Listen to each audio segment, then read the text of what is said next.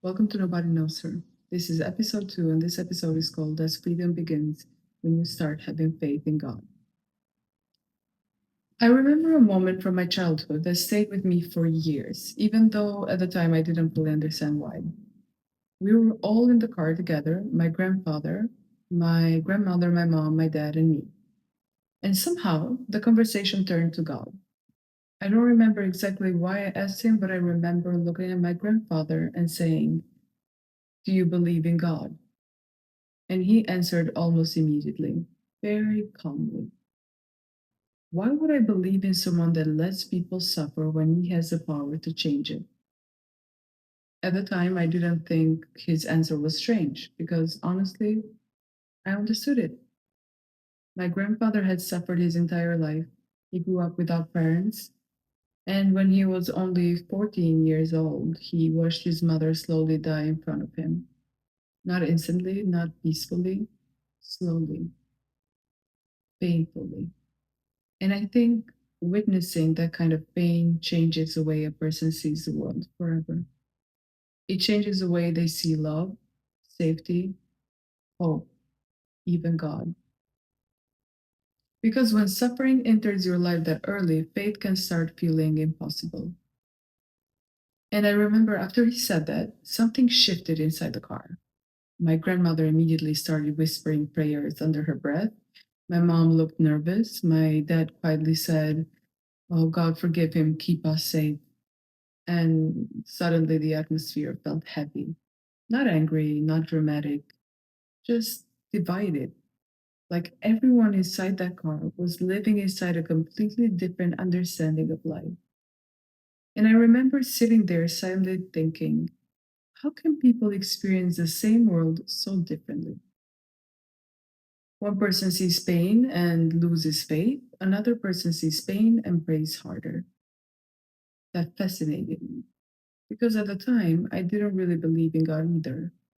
Not deeply. I think a part of me carried the same question my grandfather did. If God exists, why does suffering exist too? Why there's heartbreak, abandonment, loss, grief? Why do some people carry pain their entire lives while others seem untouched by it? And for a long time, I thought believing in God meant you had to stop asking those questions. But now I think faith actually begins there, in the questioning, in the confusion, in the moments where life becomes too heavy for logic alone. Because the truth is, I cannot logically explain what changed inside me. I can't explain why people suddenly begin searching for God in the moments they need Him the most. But it happens, quietly, almost like something inside you becomes tired of darkness, and you begin searching for light without even realizing it. That's the only way I can describe it. That's the only way I see it. It's not religion, not pressure, not fear. It's a light, something subtle that begins pulling you toward becoming softer instead of harder, toward healing instead of destruction, toward peace instead of constant emotional chaos. And the strange part is, it doesn't feel forced. It feels like being guided somewhere your soul was trying to reach all along. I think for most of my life, I associated strength with control, being emotionally guarded, independent, untouchable. But the more pain I experienced, the more exhausted I became trying to survive everything alone. And eventually, something inside me started wanting more than survival.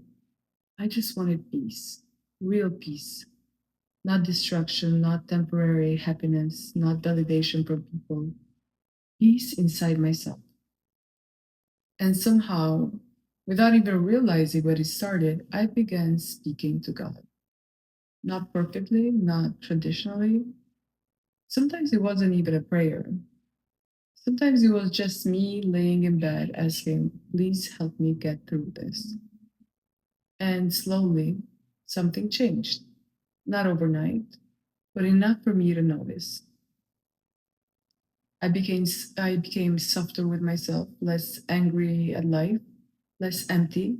It felt like there was finally something bigger than my fear. Like maybe I wasn't carrying everything alone anymore. And honestly, I still don't have all the answers. I still don't fully understand suffering. I still think about my grandfather sometimes and understand why pain made him lose belief instead of find it. But I also understand something else now. Sometimes people don't find God when life is easy. Sometimes they find him when they reach the end of themselves. When overthinking no longer helps, when control no longer works, when pain becomes too heavy to carry alone. And maybe faith is not always this dramatic moment people describe. Maybe sometimes it's simply the feeling that something inside you is guided you back to yourself, back to kindness, back to hope, back to love, back to the version of yourself that no longer wants to live consumed by fear. And maybe that's why belief can feel so unexplainable, because it doesn't always thrive through certainty. Sometimes it arrives quietly, like a light entering a dark room little by little, until eventually you realize you can finally see yourself again. Sometimes God doesn't remove the pain immediately. Sometimes He simply guides you through it until you become someone who no longer lives chained by fear, emptiness, or survival. Maybe that's the closest thing to freedom we will ever find. Not a perfect life, but a soul that finally feels safe enough to let go and be at peace. This is Nobody Knows Her, and this is probably breaking free when you start believing in God.